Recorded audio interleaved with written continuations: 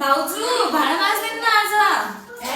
के भाँडा धुने मैले घरि म त धुन्न मेरो आज हात दुखेछ कि एउटा मेरो घाम टाउको ढाड कति दुखेछ हात चिसो झन्न पार्छ त पानीले खाली खाली भाँडा धुन सम्झिन्छ मलाई धुन्न म त्यति धुनु न आज बहिनीहरू आउँदा त केही भएन कस्तो सक्दैन कहिले कहिले बहिनीहरू पालो बेरी हुन्छ भाउजूले धुनुभयो भने हामीले भइदिनु न आज आएर किन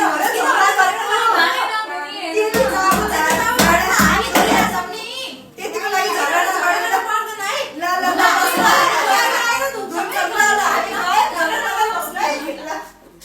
अब के काम गराउनु हो